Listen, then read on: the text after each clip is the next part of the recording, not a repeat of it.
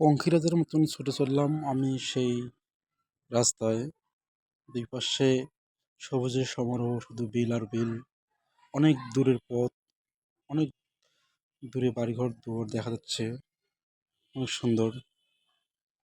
আস্তে আস্তে আমরা এগিয়ে চললাম সেই তিস্তা ব্রিজের উদ্দেশ্যে। অসাধারণ, প্রকৃতির জন্য হৃদয় ছুঁয়ে গেল আমার।